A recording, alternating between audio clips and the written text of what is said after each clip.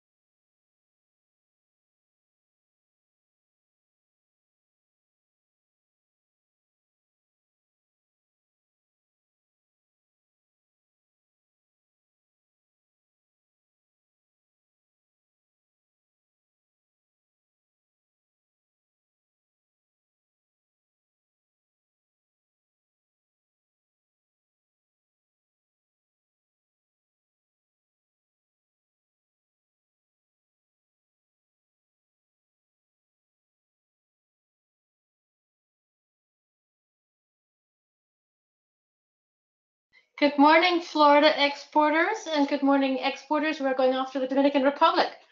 This is Susanna Hardy from IBT Online, and we are delighted to host this webinar today about your trade mission to the Dominican Republic later this month. So it's now top of the hour, 11:30, so we're going to get started.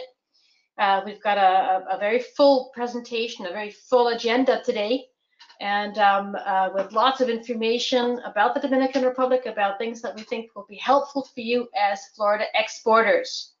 So with that, I'm just going to kick right off now, and with a couple of words first on housekeeping before we actually start our webinar. Just on housekeeping, at the moment you're all on mute, but that doesn't mean you can't participate. Please, there's a little question box and a chat box. Put your questions in there, and I'll curate the questions, and then we have a good quick Q&A period at the end of this that you can address questions to any one of the panelists for the end of this presentation. The presentation itself is going to be about 45 minutes long, so we're trying to keep it well under an hour. It's going to be very succinct, a lot of information there. We will make a recording and give you the slide deck and the recording afterwards, also for any attendees who have trade mission attendees who have missed the webinar. This is part of a webinar series that we at IBT Online do for our clients and for exporters, and we hope you enjoy it. During the webinar, we'll have 3 short polls. We really hope that you participate. Click the button when you need to, and give us some replies. It'll help us tailor the responses better, tailor the trade mission better, and really make it more focused on your requirements. And at the end of this webinar, at the very end, there is a survey, and it's very important that you fill it out. There's only 10 questions. It relates again to the trade mission and whether you've got all the ingredients ready and so on. So please do fill out the survey at the end. We'll remind you about that at the end of the webinar as well. So there you go. Sit back, enjoy, and we hope you have enjoyed this webinar all about the Dominican Republic and your upcoming trade mission. So it is with great pleasure that I am able to introduce our panelists of the day. I think probably many of you already know our presenters. I'm going to start here with Enterprise Florida staff. That's Alejandra and Chris, both from Enterprise Florida. Alejandra is an international trade and development manager, and she really specializes in Latin America and the Caribbean region. She's done international all of her life, international development experience. She's multilateral, working with government and social organizations. She's worked a lot in Colombia as well, the U.S. Department of Commerce. So she really is an expert in this geographic region. It's fantastic to have her on board leading this mission to Dominican Republic. And then Chris, equally for the Enterprise Florida, is an international trade manager as well. And he's more, I guess, what I would call more sort of horizontal. He really focuses on reviewing market readiness actions, research and problem solving assistance, all of those things. He comes from a business background. He used to work with Hewlett Packard, but also knows a lot about the whole Caribbean region as well. Then after that, we've got Sheila Diaz-Dandura, who's actually in the Dominican Republic, and Sheila is a very senior member of the U.S. Commercial Services for the Caribbean and with the U.S. Embassy in Santo Domingo, where she's been since 1997. And she really serves as the senior commercial specialist for the Dominican Republic. She knows all about trade agreements, trade barrier issues, trade facilitation programs, so intellectual property rights. So this is absolutely the person to listen to about sort of the Dominican Republic here. Then we have also Danny joining us from the Florida Export Finance Corporation, Danny Delgado, and Danny is a loan processor at the FEFC, and she's really a sort of Florida native, having done her university studies in Florida and is now working with the Florida FEFC. And then on the right-hand side of the screen, you've got Samantha. Samantha is with IBT Online and is based in Florida, really focused on the Florida companies and Florida exporters, helping you all with any questions you might have on their online and international digital presence. Just a quick word about us, after all. IBT Online, we're a US company, although we have offices elsewhere in the world, and we are 100% focused on SMEs, small, medium-sized companies that export, and in delivering them online services to help them export. In other words, we build and manage websites for exporters in their international markets, as well as their social media and online presence. So we also run programs for US states, and we'll talk a bit about that because Florida has an outstanding, absolutely ahead of the curve program to help exporters in the 21st century. So what we're going to talk about today, really, we're going to talk about, first I'm going to hand the mic over to Chris Alejandra to talk about the trade mission logistics and the details of it. And again, put your questions into the question box. We'll get back to them afterwards and address them. Then Sheila's going to talk to us a bit about the Dominican Republic itself, the main sort of characteristics of doing business there, the main things you're going to have to watch out for, and the main opportunities, especially in the Dominican Republic. Then Samantha's going to be talking about the online world in the Caribbean, what online tools can assist exporters in that area. And Samantha and Danny are then going to talk about some of the trade assistance programs that are existing and available to you as a Florida exporter, and that we would really encourage you. Florida has really outstanding help for exporters. Take advantage of it. So with that, I'd like to turn to Alejandra and Chris. Alejandra, if you're there. Good morning.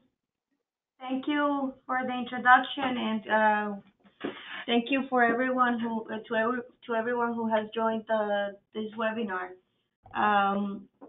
Well, we want to just go over the basic information regarding this upcoming trade mission to Santo Domingo, Dominican Republic. We're having 20 Florida companies that are going to be doing GOKI service meetings. Those are the matchmaking meetings. We have companies from very different sectors. So we're very excited about that. Most of them are companies that are Florida manufacturers. So we're very excited to be supporting the manufacturing sector grow in the state. We also have 5 ports coming with us: Fort Lauderdale, Miami, Manatee, Tampa, and Ferdinand Beach. They will be having parallel activities during this 3-day mission. And this trade mission is going to be led by Manny Mencia. the Senior Vice President for International Development at Enterprise Florida. And we will be staying at the Real Intercontinental. That's the official venue for the mission. And we also have an official flight that's going to depart from Miami at noon and arrive at around 3 p.m. at arriving Santo Domingo. That's an American flight from the number 1481. I just want to ask all the participants that are listening right now to please share all the information, the flight information with us. You can either email me or Chris with this information. We're trying to arrange transportation from the airport to the hotel. So we need to know all the flight information from everyone, so we can arrange the different buses. We're having companies coming from all over the state, so it's going to be a bit challenging to just have one, of course, just one transportation. The flights are coming at very different times. They're very spread out, so we're gonna try and provide more transportation to cover everyone. So if you can please send us that information as soon as possible, that would be great. Also, just if you're going to do the hotel reservation through us and not directly with the hotel, that information is coming up afterwards. Just also let us know and provide us with the credit card information so we can help you with the booking. That's very, very important to have that ready as soon as possible. So if you can please share that information with us by Friday, that'll be great. Next, yeah. Okay, so well, I already something that also key to important information for those who are doing the gold key meetings is that we'll all be together on the same room. It's going to be the what's the name of the room? The Churchill. The Churchill 1 and 2. We will provide you with all this information. Electronically, we are sending an ebook with a lot of information that is going to be useful for all of you. We will include a master schedule with all the information about the hotel and the rooms. You will have a table assigned for where your meetings will be taking place. You will be getting a midterm report about 5 days prior the meetings, and then once you arrive in Santo Domingo, we will provide you with the final list of meetings. The companies that requested translators will have one assigned at all times for both days. And we expect that each meeting will last about 40 minutes to an hour. And we're basically trying to have about six to 8 meetings per day. So you're gonna have a very busy day and a half of meetings. We're having 3 main events, networking events. First one being the welcome reception. This is going to be at the Intercontinental, at the pool area. Again, we will provide you with all this information, detailed information soon. This is a more laid-back event where you will have a chance to meet the other companies that are part of the trade mission, the port representatives, the commercial service staff from in Santo Domingo, and the rest of the Enterprise Florida staff as well. Time to do some housekeeping, go over questions that you may have before starting all the meetings.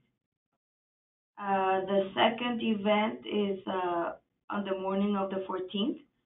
It's a debriefing breakfast.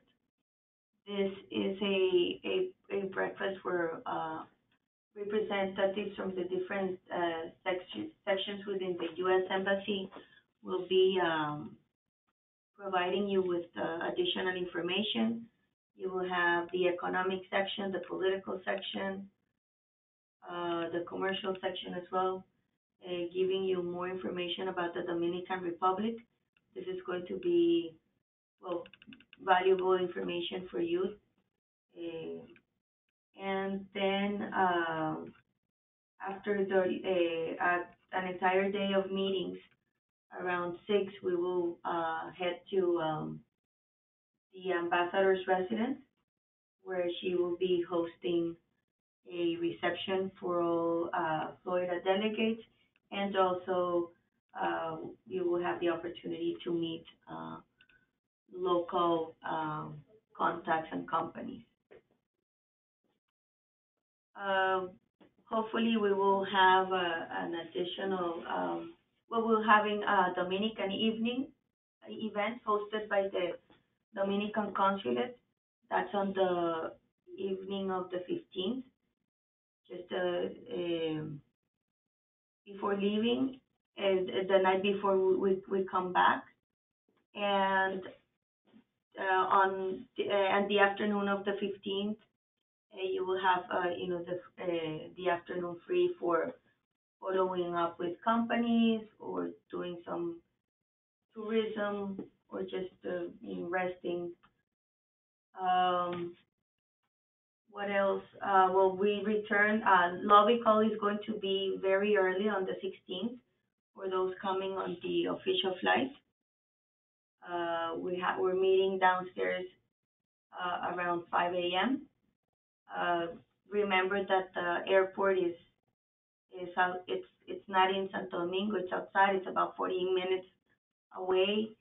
And for international flights, you usually have to be around 3 hours before the flight. So that's why we're leaving so early.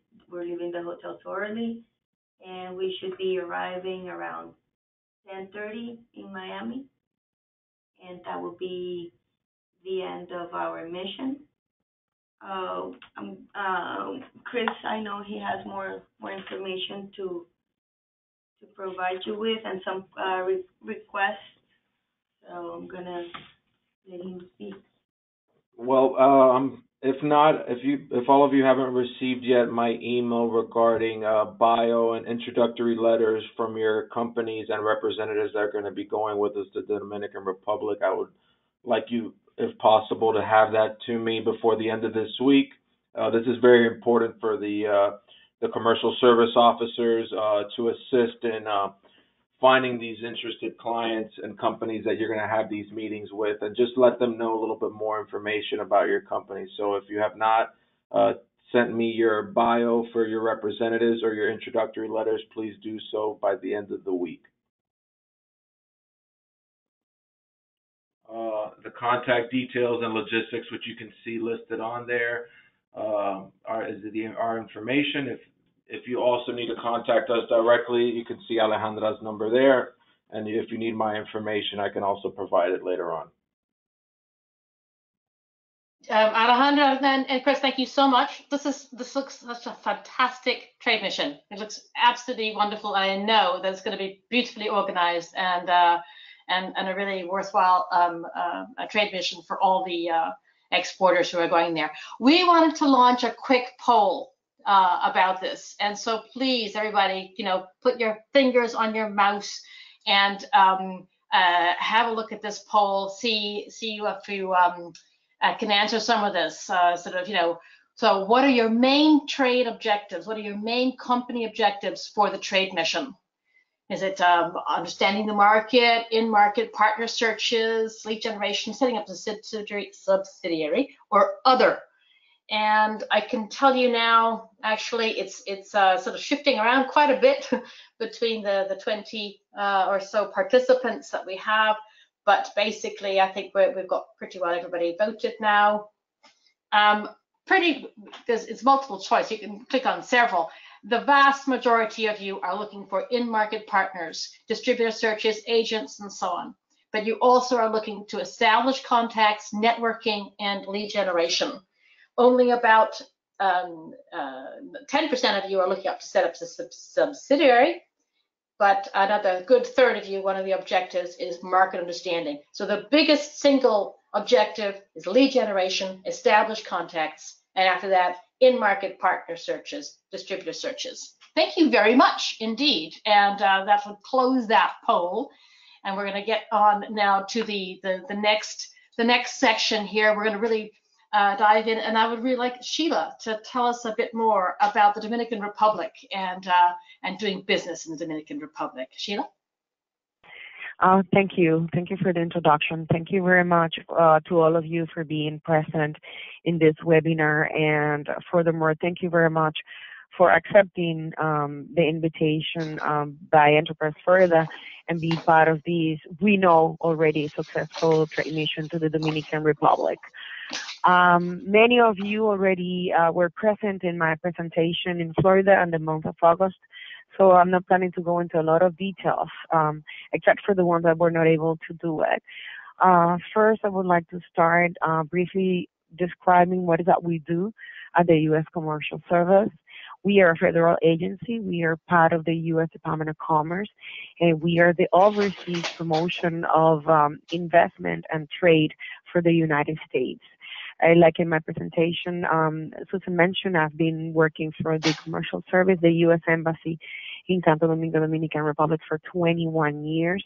I've been happy to do that, and I really love and enjoy my job. Basically, what we do in our office is to promote the U.S. exports and goods and services to the Caribbean region through our different services like trade counseling, market intelligence, business matchmaking like the ones that you're going to have during the trade mission, advocacy and commercial diplomacy. We create prosperity and strengthen the ties, in this case, between the Caribbean region and the Dominican Republic. Our focus is basically on small to medium companies, but it doesn't mean that if the big ones that they already have international bodies need us, we're not there. So basically, we help to secure the U.S. interests in the market. Next, please. Next slide, please. I would like to briefly talk about the Caribbean region. Our office here in Santo Domingo, it's the headquarters for the Caribbean region, Santo Domingo being the largest and the main market for us. We have partnership agreement with other 5 posts where we are able to provide up to certain limits some of the services that we do in Santo Domingo and other posts around the world. The Caribbean region is more significant in terms of trade, like people would believe. We are almost $23 billion market in U.S. exports of products and services. Given the advantages like the proximity, the affinity to U.S. brands, generally English-speaking countries, basically the DR, Cuba, and Puerto Rico, that is U.S. territorial, are the ones that only speak Spanish, and of course, growing markets with an increase in purchasing power. However, there are certain challenges, like small market sizes. Some of the islands, for example, have less than 250,000 inhabitants, not in the case of the Dominican Republic that we will see later. It's over 10. But in general, that, of course, represents some challenges.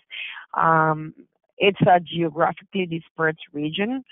not as well connected as it should, creating some logistical challenges. Of course, these challenges are more in the air connection, since many freight forwarders and shipping lines go throughout the Caribbean, especially the ones leaving out of Florida. It's natural. And last, some of the challenges are the import duties, not in the case of the Dominican Republic, given the fact of the CAFTA, which is the Dominican Republic, Central American, and United States Free Trade Agreement that we'll discuss later, but that provides advantages. But other countries that they don't have trade agreement with the United States, the import duties for U.S. products might be high. Next slide, please. Now we'll see a little bit more into the Dominican Republic, our subject country. Population, 10.6 million. It's Roman Catholic. However, there is a freedom in religion. It's a young and vibrant population. 40% of the population is under 25, being me one of them.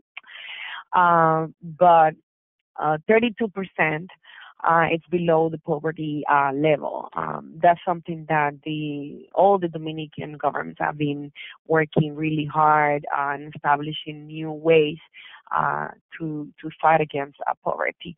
It's doing much better, and still is an economy that has been able to grow significantly in the last probably 10 years, having a 71.65 billion GDP, employment 13%, growth of the economy in 2017, 4.6%, 2016, 6.5%. Inflation is less than 3%, and take a look at the GDP per capita, it's $15,000. If you compare it with the United States, Mexico, and Haiti. Currently, the exchange rate is approximately 50 pesos per $1. It's been increasing a little bit in the last 10 years, but we consider that the exchange rate is quite stable. We don't foresee in the future anything that may cause the exchange rate to go up than that. The Dominican economy is based on 5 pillars, tourism being number one. Everybody knows Punta Cana. It's a really growing and developing area of the country. It's amongst the top 10 worldwide destinations for vacations. Currently, the DR has over 80,000 rooms available for tourism. And we see that every day they're increasing and building new hotels and second home areas for tourism. Also, the free trade zone manufacturing is a very important one. That's the same as known in other countries in Central America and Mexico as maquila. That was created back in the 1970s to basically create new jobs for the country. Many U.S. brands are present in the market with their own operations or being contractors for those brands. I can name a few: Levi Jeans, Ann Taylor, Liz Claiborne, Guess, Hanes brands being the largest. And that's not only clothing, but also in pharma, like Baxter, Abbott Laboratories, Edward Life Science, etc. Another important economy pillar is remittances. Of course, 70% of those come out of the United States. There are close to 2 million Dominicans living in the United States. Mining, that's probably in the last 10 years, and it's because of the reloading of the mining sector in the hands of the company Barrick. It's a sulfide gold. And the fifth would be agriculture. That is basically for the exports, mainly to the United States and other countries of the region. That would include fruit, vegetables, and flowers. Next slide, please. Why the Dominican Republic? I think that many of you already answered the question because you're coming, and we're doing our best to guarantee you at least to leave the country with good opportunities. It's on a scale of economy and positive economic growth, like we said before. CAFTA-DR, the free trade agreement. Proximity to the United States is an hour and a half, 2 hours flight from the DR to the United States, in this case to Florida. An incredibly affinity to the U.S. brands and products. I mentioned it before, the influence of the Dominican diaspora. Florida is full of Dominicans, and now they're growing into other non-traditional states like Florida and New York. Now they're in the west coast of the United States and the south as well. Opportunities go from just to sell your products and services to large infrastructure projects. I'm not going to go into details, but coming soon and in place, the Mobility and Ground Transportation, Transit and Safety Law that represents $400 million in procurement, and República Digital that is trying to fill the gap in the Dominicans connecting to Wi-Fi and have access to internet, and to try to use this tool for the education purposes and loading all the educational content in computers that would generate a lot of purchasing, because they would need computers not only for the teachers but also for the students as well. We're talking about a million of those. Next slide, please.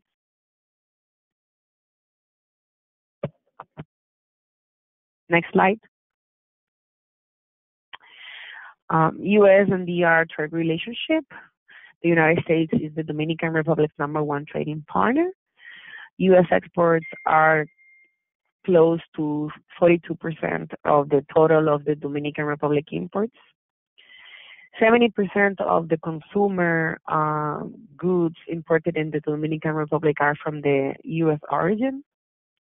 43% of the Dominican exports go to the United States, like I mentioned before, in maquilas and also in agricultural products.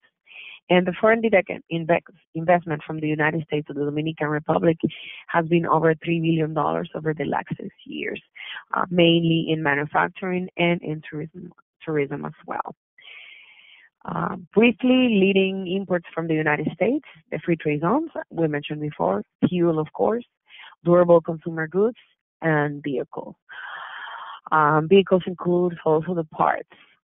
Besides the United States, the Dominican Republic has a significant trading relationship with Haiti, Western Europe, and China. Other countries that have significant investment in the Dominican Republic in many, many areas are Spain basically in tourism and the selling of consumer goods, Canada, Mexico, and Japan. Next, please.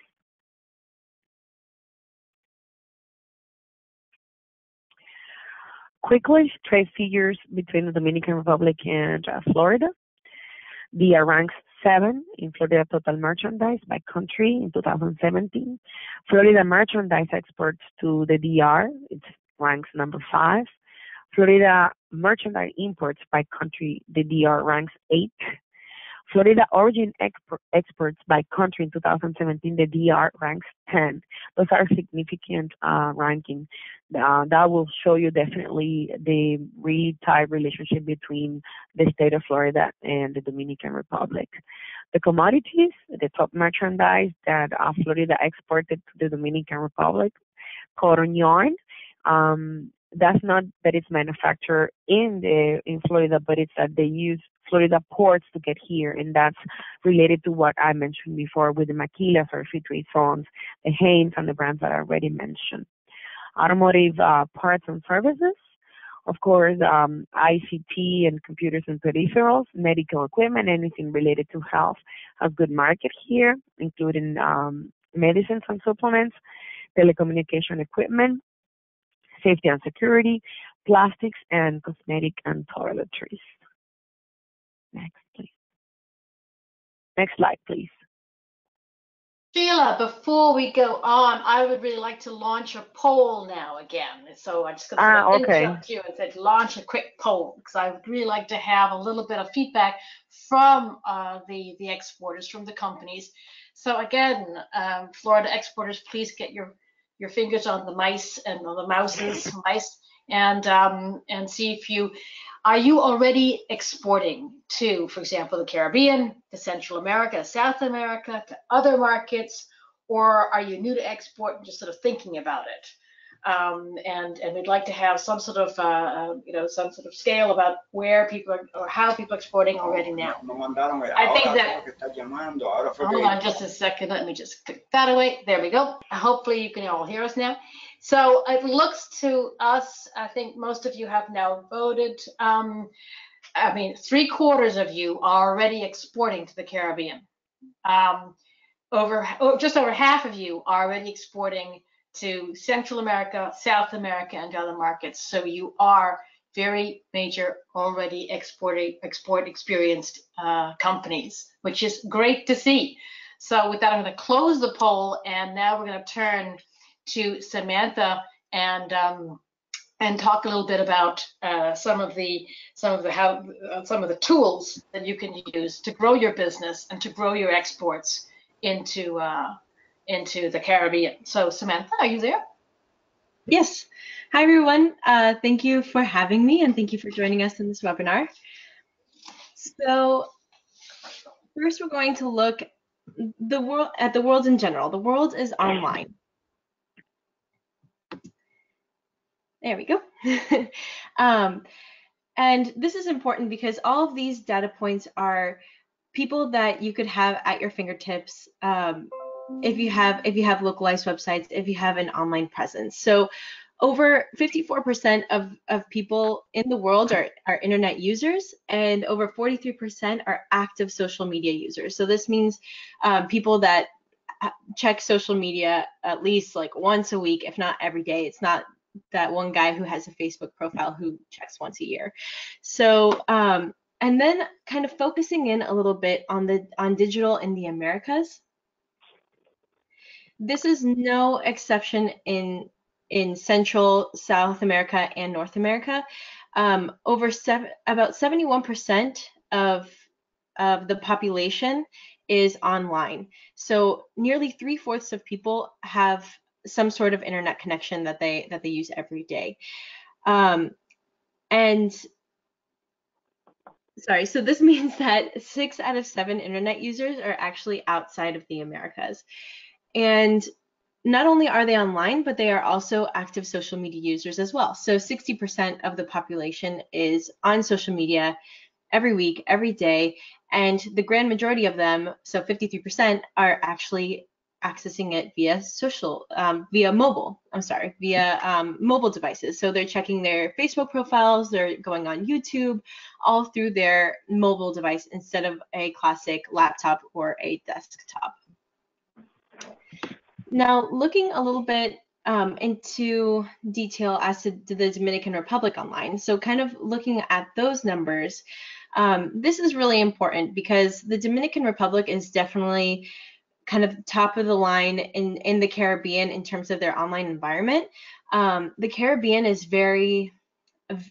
extremely varied from island to island as to what their online environment looks like, but the Dominican Republic, between their initiatives of trying to increase people's access to Wi-Fi and trying to encourage e-commerce, they are definitely kind of top of the line in the Caribbean. And you can definitely tell by these numbers because nearly 2/3 of the population is online, and almost all of them are accessing the internet via mobile devices, so smartphones. And the majority of them, 61% I'm sorry, 52% are actually also active social media users. So they're not only going online to buy stuff or to search information, but they're also talking to each other via social media. And if you look at the annual growth numbers, this is probably kind of helped by the Dominican Republic's government and everything, trying to help them with the Wi-Fi. But you can see that internet users have increased by 10% since January 2017. So that's 585,000 people that are online this past year that weren't online before. And there's a very similar growth statistic for active social media users and mobile social media users. So this is a trend that is definitely going up, and it's not slowing down. So it's definitely something to keep in mind when thinking about your strategy for entering the Caribbean and also the Dominican Republic. And now diving a little bit deeper into the Dominican Republic online environment, not only are they very active, they're all using, the majority are using the internet and social media, but they're extremely active. And they, for example, out of the 5.6 million people that are active on social media, all of them have Facebook profiles. So at least by the numbers, there are 5.6 million people on Facebook, making it 100% of social media users using it. And that is definitely consistent throughout not only the Dominican Republic, but also Central America and South America. Facebook is just a force to be reckoned with. They pretty much the majority of people that are using the internet and on social media are using Facebook. And that is also true with WhatsApp and YouTube. Those are two other platforms that are extremely prominent and that a ton of people use throughout not only the Dominican Republic, but the Americas in general. People love to watch videos and people love to talk to each other.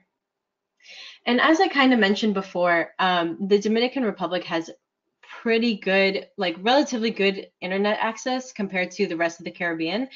So when you're over there, you don't have to worry. You can, check your Facebook and Instagram and and you'll be fine. But that's also really great news for the people who are trying to reach people in the Dominican Republic through websites and e-commerce platforms. Something else to keep in mind is that they do have a top level domain name, and that is .com.do. Actually, the #1 internet site in the Dominican Republic is google.com.do. So these are localized websites specifically for the Dominican Republic, and which allows for the people in the Dominican Republic to, when they search, those sites come first because they are specific to that country. And what is interesting is that top-level domain names, especially for countries in Europe and some countries in South America, they're usually they can range from like $20 to $50. But the Dominican Republic domain name is not cheap. It's actually $200 per URL. So it places kind of like a very high value on the websites that do have a .com.do domain name. And then in terms of their e-commerce, it's underdeveloped compared to other countries, but it is still one of the best in the Caribbean, kind of consistent with their internet access and the other things that I've mentioned.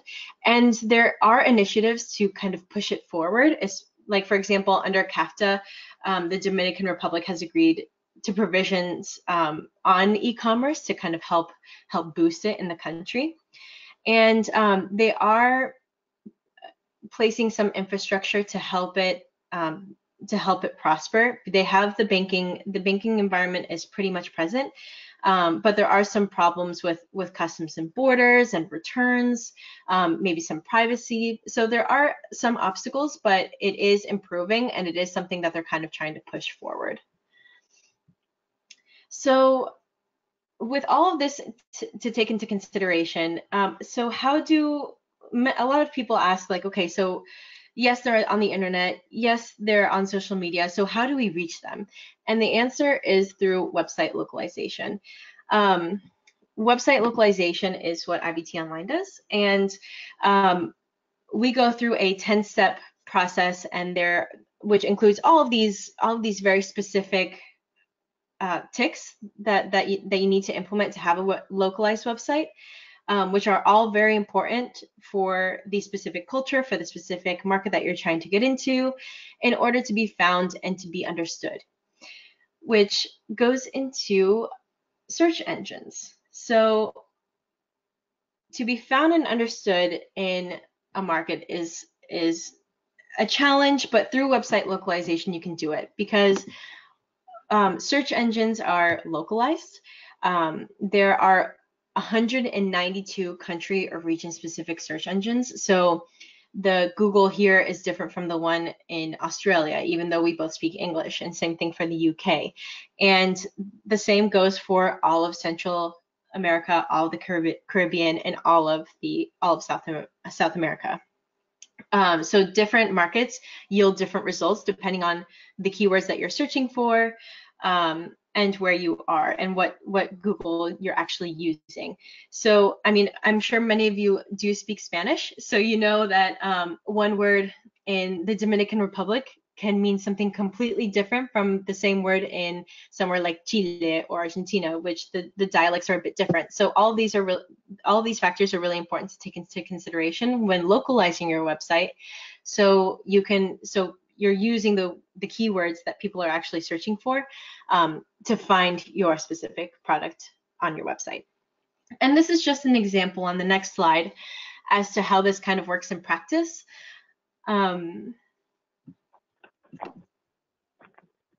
Sorry. Next slide, please. There we go. So I did a search for red shoes here in Miami, Florida, and my colleague did it in London in the United Kingdom. And as you can see, the search engine results were very different because even though we were both using the same keywords, she was using the Google in the UK and I was using the Google here in Florida in the United States. And Google came up with the results that were most relevant for us. And it's intuitive when you're looking at it like that, but sometimes when you're thinking about your own products and your own websites, it's something that can kind of be pushed to the side, but it is very important. And here are a couple of case studies from companies in Florida that have used the program that I'll kind of describe in a bit. And one of them being Ocean Optics.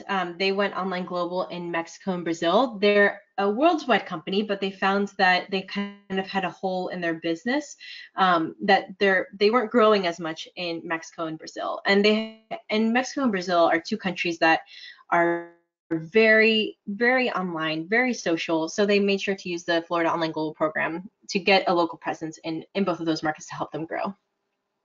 And the same thing goes for ASG, which is on the next slide, Avionics Support Group.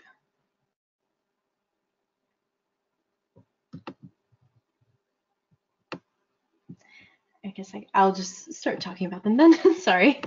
So Avionics Support Group, they are ASG. There we go.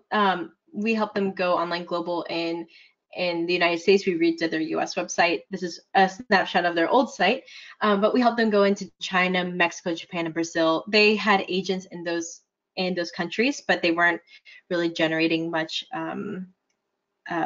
many sales. And by bridging the gap of understanding for their salespeople in those markets through these localized websites, it helped them get these really impressive deals. Like their exports grew from $2.5 to $5 million just from getting these localized websites. So it's a really neat case study, and I encourage you guys to check it out. And I think Samantha, thank you.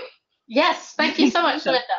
A great whirlwind tour of website localization and so on, and the Caribbean and Dominican Republic. This is our last poll, folks. So please, again, we would really appreciate some answers to the question. Do you have localized websites for your export markets? So do you have dedicated websites for your export markets?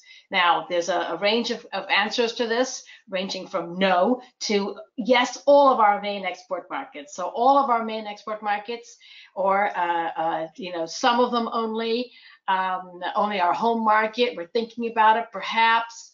I can see that most of you have voted now, and it's really pretty diverse. I'd say there's about a quarter of you that have.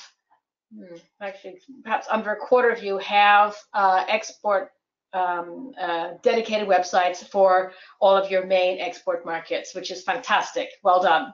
But I have to say the largest single group, nearly 40%, only have websites for your home markets. What is encouraging is that about a fifth of you are thinking about it hard, which I'd love to see.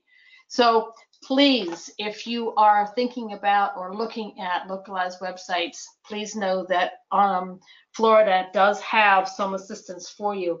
and for Florida exporters. And Samantha, you've got a very short time because we're a little bit behind time to go quickly and just say Florida Online Global Program.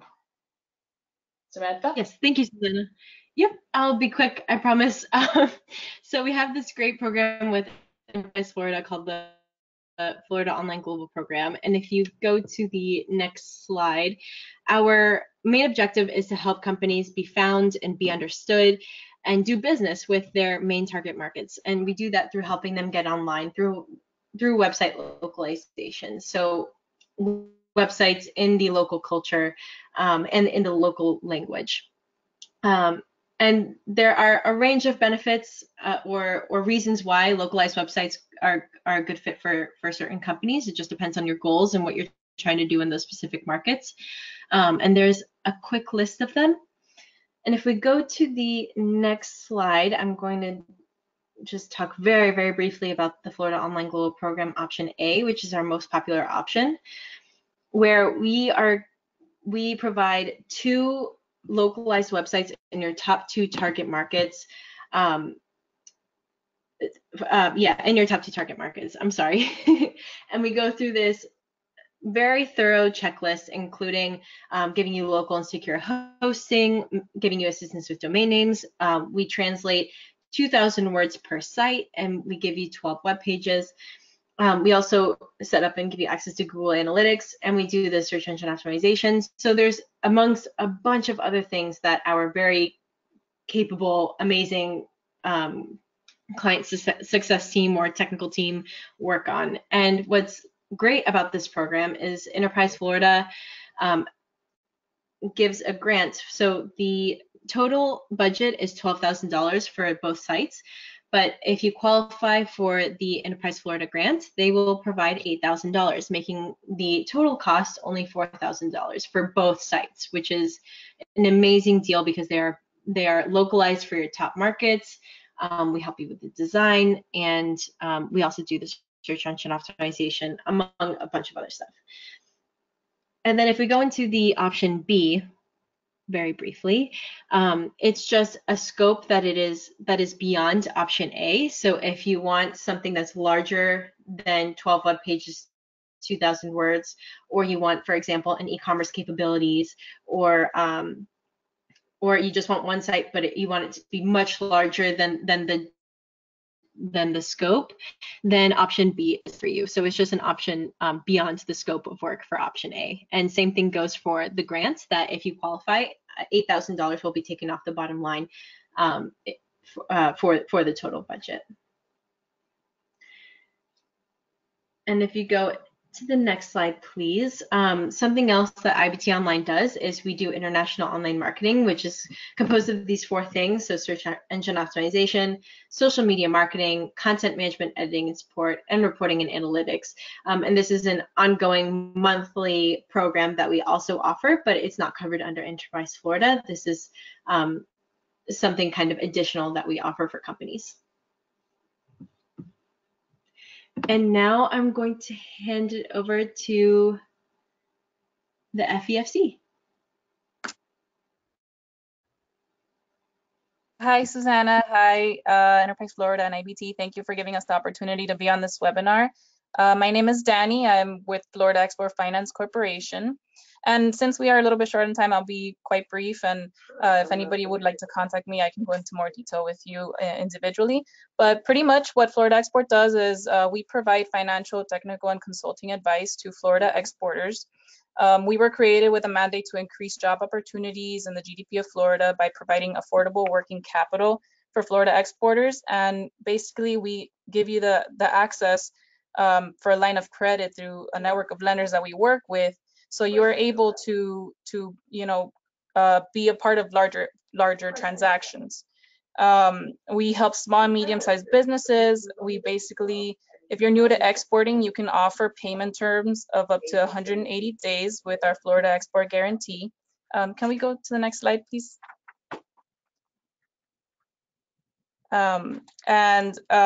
Our minimum for our loan guarantee is 100,000. We offer up to 500,000.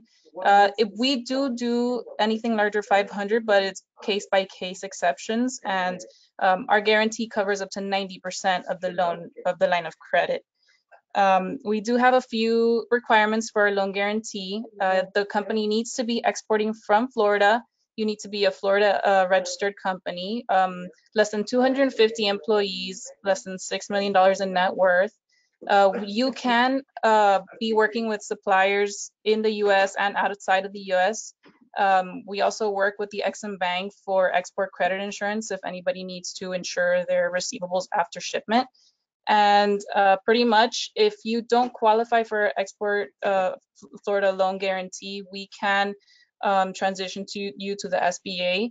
But we do work with larger companies that don't quite qualify yet for larger commercial bank loans or the SBA guarantee. Next slide, please. So some important facts to remember is that the loan is going to be a line of credit and it's revolving. Our guarantee is good for up to 5 years and it's renewable every year. The loan advances are not given directly to the exporter. They are given to the supplier by the lender, and we will cover the 90% of that transaction.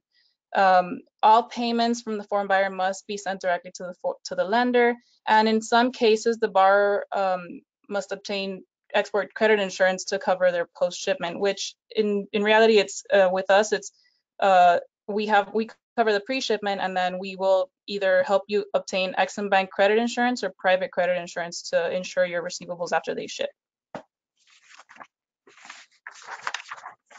Danny, that was incredibly efficient. Thank you very much indeed. We were a little cut short on time, so I didn't want to go too much. Thank you. But I do see there's a couple of questions, which is perfect. I'd like to thank everybody. It was fantastic. We do have quite a few questions. So we could just address a few of those questions. If we do not get onto them today, don't worry, we will get back to you directly. The first question, Alejandra and Chris, comes from Pedro. Do we make our own flight reservations? Yes. So you will make your own flight reservation. You can either choose to go on the official flight if that's convenient for you, or not. Choose a different one. We are going to provide transportation for everyone, given that the fact that we're having companies coming from different places. So we need the flight information as soon as possible. You can do it through Chessie in Express Travel, or you can do it through a different travel agent or directly, but you have to do your own flight arrangements. We need as soon as possible that information. Again, sorry I'm repeating this, but this is we really need to have this information as soon as possible so we can arrange all the transportation for everyone. Thank you. Thank you, Alejandra. Quick question for Sheila. This is a very general one. What are the biggest mistakes you see U.S. companies making with regards exporting to the Dominican Republic and or the Caribbean, Sheila? Yeah, it's a good one. And I think in my years, it's something that I've been reiterating to U.S. companies, and it's to forget the personal contact, the follow-up. Doing business in the Dominican Republic, in Latin America, and the Caribbean region as well, you have to follow up with the client. You have to send an email. If you have a chance, come down, meet with them, ask for them about their family. Person to person, the personal contact is really important when doing business. It doesn't matter how big or small it's the company. You have to follow up. You have to be there. And believe me, when you do that, most of the times it works. Thank you very much, Sheila. Samantha, quick question for you. It's an interesting one. In your experience, can we use one website for all of the Caribbean and Central America? Yeah, that's a great question, and I get it pretty often. I mean, ideally, in an ideal world, if we had all the budget like Apple does, where they have over 150 localized websites for each country. Yes, you would need country-specific websites for each country, but that's very expensive and it's difficult. So it totally depends upon the company's goals and where their main target markets are. It is possible, but it's a pretty far stretch to have one website for all of the Caribbean, all of Central America, and all of South America. But I mean, if your main goal is to enter the Dominican Republic, then one website for the Dominican Republic can kind of spill onto Central America and maybe a little bit of Northern South America. But I do suggest having more than one if you're targeting that entire Central South America Caribbean region. Thank you, Samantha. And also, by the way, we have a Latin America webinar tomorrow, if anyone is. There's a lot of other questions. Very quickly, Danny, Yes. if in terms of the credit, what should my margins be in order to be profitable? So we usually tell our exporters that to be profitable, they want to be above a 35% margin. And then they ask us, how do we do it? How do we structure our pricing? So we tell them that since you are using our loan guarantee and it's financing the line of credit, you want to pass on the costs of the financing to your foreign buyer. And then like that, you can, price your product accordingly so that your profit margins can be close to 35% or up. Perfect. Very succinct. Thank you, Danny. Alejandra and Chris, I have 3 questions about the fashion conscious. What should I wear when? Putting it simply, business casual attire for the meetings, formal for the ambassador, casual for the evening. What should I wear when? I have 3 questions on this. Great question, and all this information will be included in the master schedule, but for the welcome reception, it's a little more laid back. I would or business casual if you feel like dressing up a little bit more. For the breakfast briefing, also business casual, and for the Goki meetings as well. Dominicans and in general Latin Americans and Caribbean folks do appreciate people being a little bit more dressed up and formal for meetings, and so they will be. And then for the ambassador's reception, more formal, tie, suit and tie, complete suit and tie. And for the Dominican evening, that can be less formal. Again, like a little more laid back, like the welcome reception. Perfect. We will specify for each event the appropriate attire. Thank you, Alejandra. So that looks like you're going to get all that information in the ebook handout as well. We've got a lot of questions. One last one also for Samantha, just last one for you, Samantha. For the Florida Online Global Program, is it limited to certain markets? Which markets should I choose?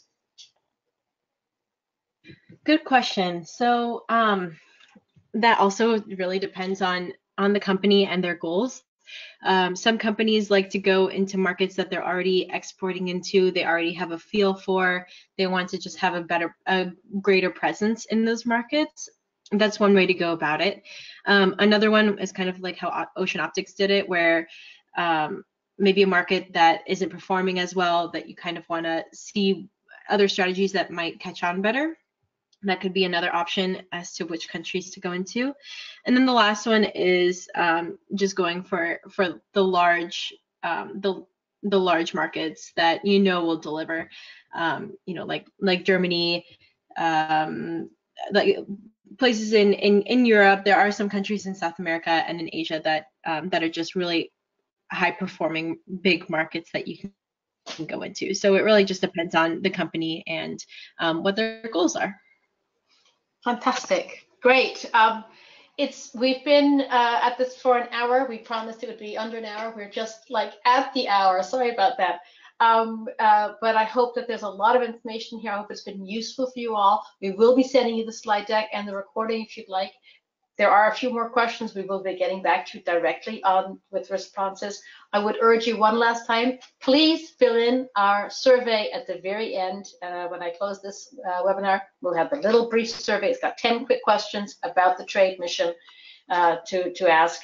And I wanted to thank Enterprise Florida, U.S. Commercial Services, the Florida Export Finance Corporation, and my colleague Samantha for a fantastic webinar. And of course, I want to thank all of you Florida exporters off to the Dominican Republic.